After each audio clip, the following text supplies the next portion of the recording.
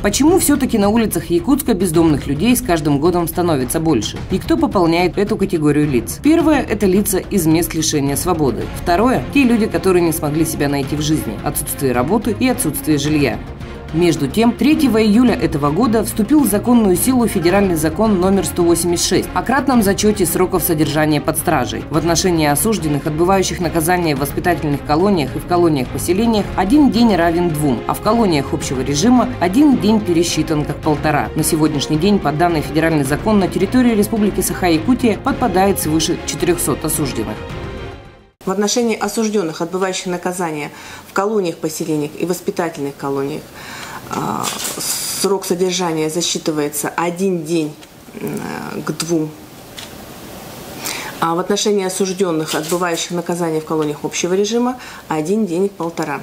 Под высшее изменение подпадает на сегодняшний день более 400 осужденных, отбывающих наказание у нас в республике. За 6 месяцев у нас главам администрации в те районы, куда должен убывать осужденный по отбытию наказания, направляется уведомление о предстоящем освобождении для проведения последующей работы. Также направляется участковым в отделы полиции. Значит, документируется паспортом в обязательном порядке осужденный. Значит, поэтому все, кто освободится, они будут обеспечены проездными документами и документами, удостоверяющими личность. Его, насколько возможно, его готовят к освобождению. И выдают ему деньги. Если есть на лицевом счете, деньги выдаются. И единое временное пособие ему выдается. Вот. Ну, более молодых осужденных, конечно, родители забирают, родственники, бывает, встречают их. Несмотря на то, что в Управлении Федеральной службы исполнения наказаний Республики Саха-Якутия проводится комплекс мероприятий по подготовке осужденных к освобождению, по адаптации к жизни на свободе, бывшие осужденные, попав на волю, зачастую пополняют ряды лиц без определенного места жительства. Сказать, что устроиться на работу они не могут, будет неправильно. При исправительных учреждениях действует 7 учебно-консультационных пунктов, где осужденные получают среднее образование. Также они могут обучаться в профессиональных училищах на базе колонии. В Управлении Федеральной службы исполнения наказаний Республики проводится комплекс мероприятий по подготовке осужденных к освобождению, чтобы они могли легче адаптироваться к жизни на свободе. При исправительных учреждениях у нас действует 7 учебно-консультационных пунктов, где осужденные получают среднее образование. Также они могут обучаться в профессиональных училищах на базе колоний. В этом году только было обучено 934 осужденных по таким востребованным специальностям, как электросварщик, электромонтер, столяр, слесарь, повар, швея и другие. Во всех колониях организованы школы подготовки к освобождению, в которых с осужденными не позднее, чем за 6 месяцев до окончания срока лишения свободы на занятиях рассматриваются вопросы бытового устройства после освобождения, различные жизненные ситуации. Регулярно специалисты Центра занятости населения города Якутска информируют осужденных о ситуации на рынке труда и востребованных профессиях, дают рекомендации по поиску работы. Организуются различные мероприятия, дни открытых дверей, кружковая работа, спартакиада с посещением родственников осужденных. Нами подписано соглашение о сотрудничестве с реабилитационной организацией «Алмаз». Ее представители будут встречаться с осужденными и предлагать помощь в бытовом и трудовом устройстве, а также в психологическом сопровождении после освобождения их. Мы активно включились в акцию «Путь к дому», инициатором которой является полномочный по правам человека Республики Сардана Михайловна Гурьева, и считаем необходимым оказывать социальную поддержку гражданам, попавшим в трудную жизненную ситуацию.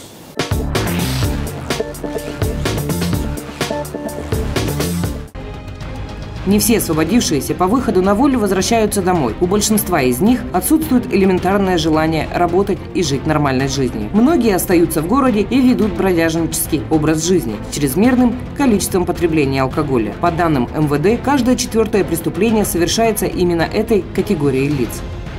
Значит, ну вот смотрите, те люди, которые из мест заключения освободились и должны были, правильно вы говорите, приехать к своему месту жительства. То есть место жительства они знают, но до него они не доехали, остались в городе.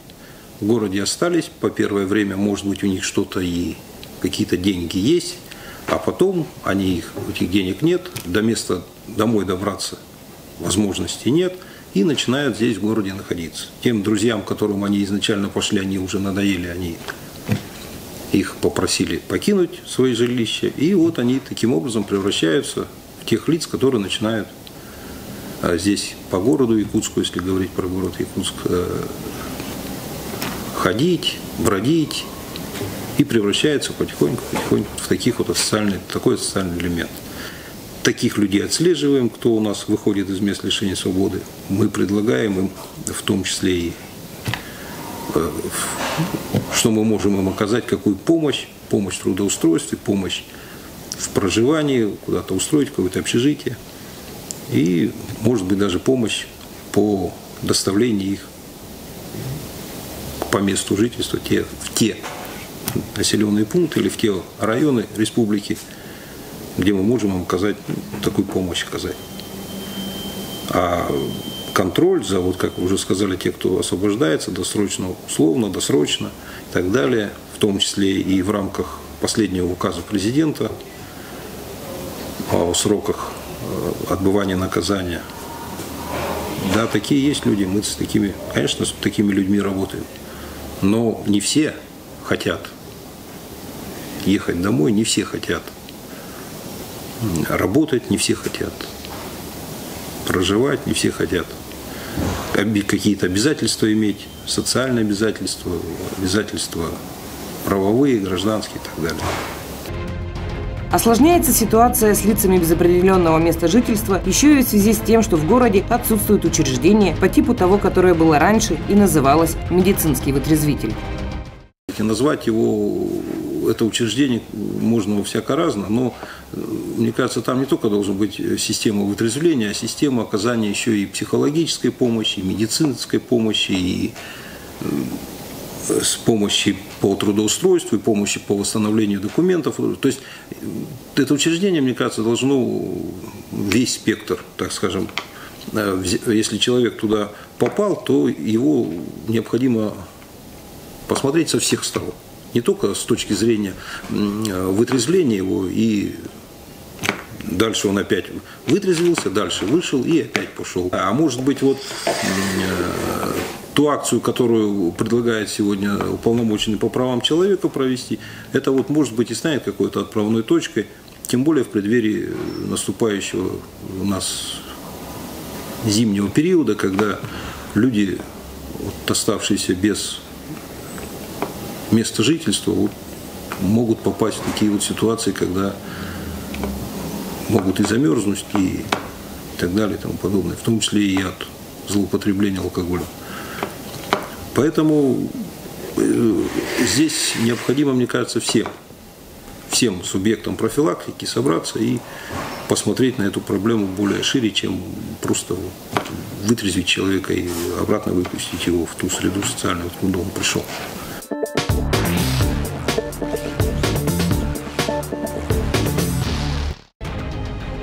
И все же бомжам Якутска есть куда обратиться за помощью. На территории города есть 4 организации, оказывающие помощь этим гражданам. Государственный центр социальной адаптации «Терех», который ориентирован по большей части на пожилых людей, и 3 частных центра – «Линия жизни», «Алмаз» и «Пенуэл».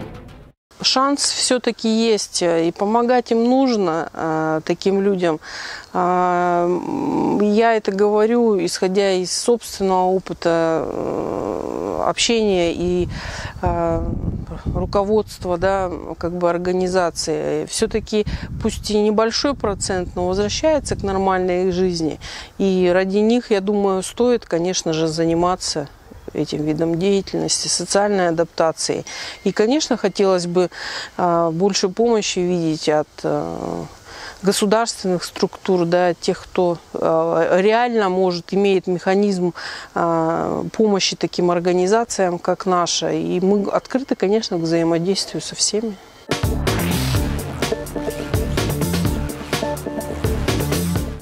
Вот данный центр мне очень нравится. Здесь на самом деле дают человеку шанс подняться с колен. И все зависит от человека. В частности, почему я сюда иногда возвращаюсь. Я сам виноват в том, что я не могу сделать это. Ну, в принципе, здесь можно просто ответить один ответ. Человек идет сам сюда. Сюда никто насильно не ведет. Под пистолетом, ни под автоматом, ни под... Если человек идет сюда, значит, он знает, что он здесь нормально.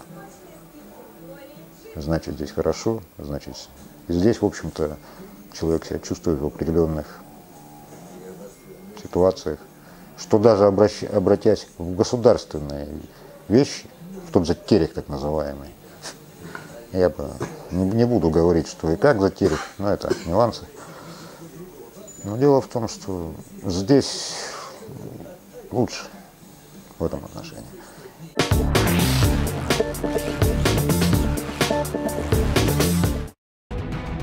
Основная проблема этих людей – это нежелание работать. Но в ряде областей России уже приняты на местном уровне ряд законодательных решений этой проблемы. Акты, которые обязывают эту категорию лиц выполнять правила поведения в обществе. Якутску стоит обратить на это внимание и перенять положительный опыт. Почему, например, здесь нам в республике не задуматься через систему работы проектного офиса, чтобы на законодательном уровне были приняты программы по реабилитации или по карте реабилитации тех лиц, которые вот хотят вернуться к жизни. Ведь они же сегодня, извините меня, действительно, по мнению отдельных граждан, они нарушают их права. Если ребенку зайти в подъезд невозможно, если по улице пройти невозможно, если у меня своруют мои личные вещи, это все сегодня вызывает тоже, в общем-то, такое достаточно негативное отношение. Руководству нашего северного региона также необходимо наладить взаимодействие всех уровней власти и совместно решать проблему лиц без определенного места жительства. 25 августа в 2 районах города, а это район автовокзала и крытого рынка, будут установлены палатки, где люди без определенного места жительства смогут спокойно получить помощь, такую как помощь в восстановлении утраченных документов, психологическая помощь, восстановление связи с родственниками, горячая еда. В случае, если среди тех, кто в этот день обратится в пункт, будут желающие изменить свою жизнь, им будет оказано содействие, чтобы попасть в социальное реабилитационное место временного проживания. Акция «Путь к дому».